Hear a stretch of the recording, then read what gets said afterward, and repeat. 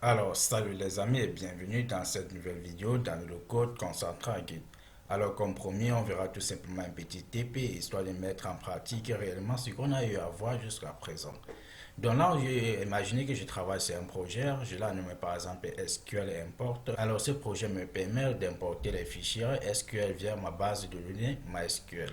Donc là, c'est étape par exemple SQL, je serai positionné au niveau de mon répertoire de travail. Ici, il fait PHP-S pour dire que démarre-moi le serveur Bluetooth PHP. Là, c'est parfait. Ça me dit tout simplement de démarrer, de taper localhost 8000 au niveau d'un browser. Donc là, c'est parfait. J'ai à taper localhost 8000. OK? Donc, d'où vient le résultat de ce Michi-Pichi? Donc, grosso modo, les gars, imaginez qu'on travaille sur cette application. En gros, c'est cette application qui nous permet d'importer les fichiers SQL via notre base de données MySQL. Donc, grosso modo, à ce niveau-là, j'aimerais travailler sur le design de l'application. Par exemple, modifier le bouton d'import et ainsi de suite. OK? Donc là, ce qu'on pourra faire, par exemple, si je viens au niveau de notre console, nous positionnons au niveau de notre répertoire de travail. Donc là, si je presse, automatiquement, je suis positionné au niveau de mon répertoire de travail. OK? Donc là, j'utilise tout simplement les alias. Alors, pour ceux que ça semble être confus, j'avais fait une vidéo parlant des astuces pour les développeurs côté backend. OK? Donc, réellement, cette vidéo est disponible au niveau de la chaîne YouTube. Donc, si ça vous intéresse, n'hésitez pas à lancer un coup d'œil, histoire réellement de voir comment créer les alias et ainsi de suite. OK?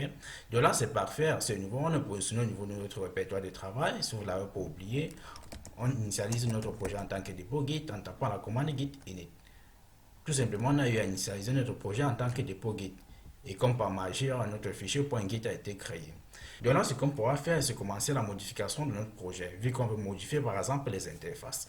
Donc à ce niveau-là, je vais venir au niveau du code source du projet. Si je vais au niveau du navigateur, voilà le résultat. Et si j'arrive à ce niveau, il y a grandi un tout petit peu. OK? Donc là, on a le bouton Submit, ok? Et ce Michi là utilise la classe BTN Info. Alors pour ceux qui sont un peu familiarisés avec la librairie Bootstrap, c'est réellement comment cela fonctionne. Donc rien de bien compliqué, ce qu'on pourra faire à ce niveau, c'est se rendre au niveau de la documentation Bootstrap. Donc là, je vais cliquer sur Doc. Donc là, je vais aller au niveau des composants. Je suis allé au niveau des composants. Là, normalement, on doit avoir un bouton, ok? Et chez Kebam, les gars, on clique sur le bouton. Donc en gros, voilà un peu les différents boutons qu'on peut trouver au niveau du CDN de Bootstrap. Donc avant cela, voyons comment installer Bootstrap. Donc là, je vais cliquer sur documentation une fois de plus. OK? Et on voit comment, par exemple, importer Bootstrap directement depuis le CDN. Donc là, je vais par exemple copier ce Michi, le CSS de la librairie. Je vais au niveau de mon projet. Je vais enlever tout ce Michi. OK? Là, je colle le CSS. Donc là, j'enregistre. Je descends. Je vais copier le JavaScript. Là, je colle le JavaScript. OK? Donc, juste, je vais venir à ce niveau et essayer de l'actualiser pour voir si les modifications étaient prises en considération. Et boum, les gars, réellement, vous voyez, il y a quelques petits changements. Donc là, ce qu'on peut faire, c'est modifier par exemple notre contenu bouton. OK? Donc là, je vais venir au niveau de la documentation, au niveau des boutons, au niveau des components. Je vais m'en au niveau des components, au niveau des boutons. Oups. Au niveau des boutons. OK? Donc à ce niveau, on a un panoplie de boutons disponibles. Donc, juste pour le fun, on va prendre ce Michi.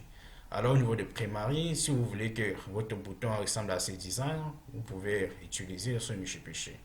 Donc là, par exemple, vu que nous, on a eu à utiliser ce Michi, BTN Info, à ce niveau-là, on pourra tout simplement copier cette classe. Donc là, je vais venir coller à ce niveau.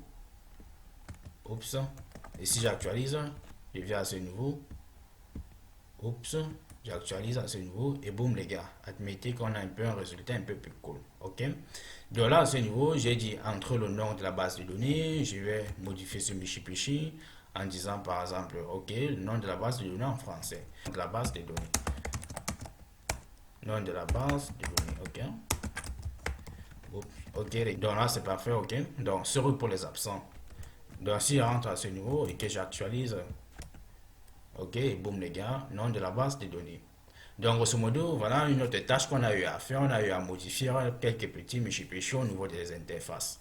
Donc là, simplement, ce qu'on pourra faire, c'est de dire git stature pour voir les différents fichiers qui ont été modifiés. Donc là, si je presse, ok, donc là, on dit qu'on a modifié le fichier index.php. Donc, pourquoi pas également à ce niveau, on peut taper git diff, ok, suivi d'index.php, oups, d'index.php pour voir les différents Michipichi rapportés. Donc là, tout simplement, on dit qu'on a eu à ajouter ce Michipichi, on a enlevé ces Michipichi, ok. Et pareil, là, on a remplacé le name de la base de données par ce Michipichi. Ok, donc là c'est parfait. Donc à ce niveau-là, si on veut prendre en considération toutes les modifications qui ont été apportées, on peut faire tout simplement du stated area. Donc tout simplement, sur le fait de taper git et add, ok, suivi du nom du fichier auquel on veut traquer. Donc vu que dans notre cas, on a juste à modifier le fichier index.php, on peut tout simplement taper là, oups, index.php. Donc rien de, oups les gars, rien de bien compliqué. Donc là, grosso modo, j'ai tapé git add index.php pour traquer le fichier index.php. Tout simplement, je dis, je vais prendre les modifications qui ont été apportées et enfin d'en faire un backup. Donc là, si je presse, réellement, j'ai ajouté ce Michipichi. Donc, c'est juste pour le prouver. Si je fais git stature, ce Michipichi a été ajouté. Ok. Donc, on voit qu'en grosso modo, je n'ai plus ce Michipichi apparaître. Donc, en gros, ce Michipichi a été pris en considération. Ok. Donc là, ce qu'on peut faire, c'est de faire tout simplement un commit pour dire, ah, j'ai eu à modifier par exemple l'interface et ainsi de suite. Donc là, je vais faire git commit pour dire que j'ai eu à modifier, oups, tirer de moins m, pour dire que je mets le message, spécifier un message pour dire j'ai eu à modifier par exemple l'interface et ainsi de suite. Donc cela va nous permettre de savoir plus tard à quel niveau se situe notre projet. Donc là, par exemple, je vais dire, ah, la dernière tâche que j'ai eu à faire, c'est de modifier par exemple l'interface de l'application. Donc je vais dire modification, ok, interface, ok, interface.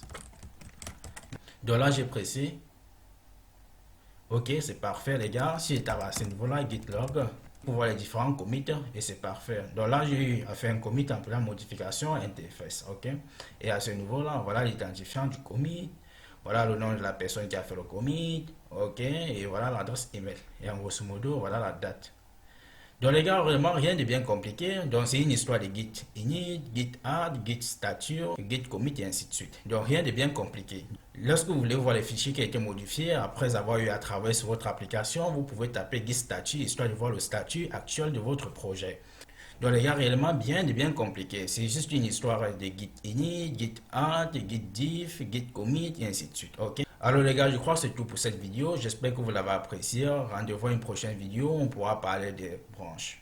Alors les gars, laissez-la, portez-vous bien. Stay tuned. Tschüss.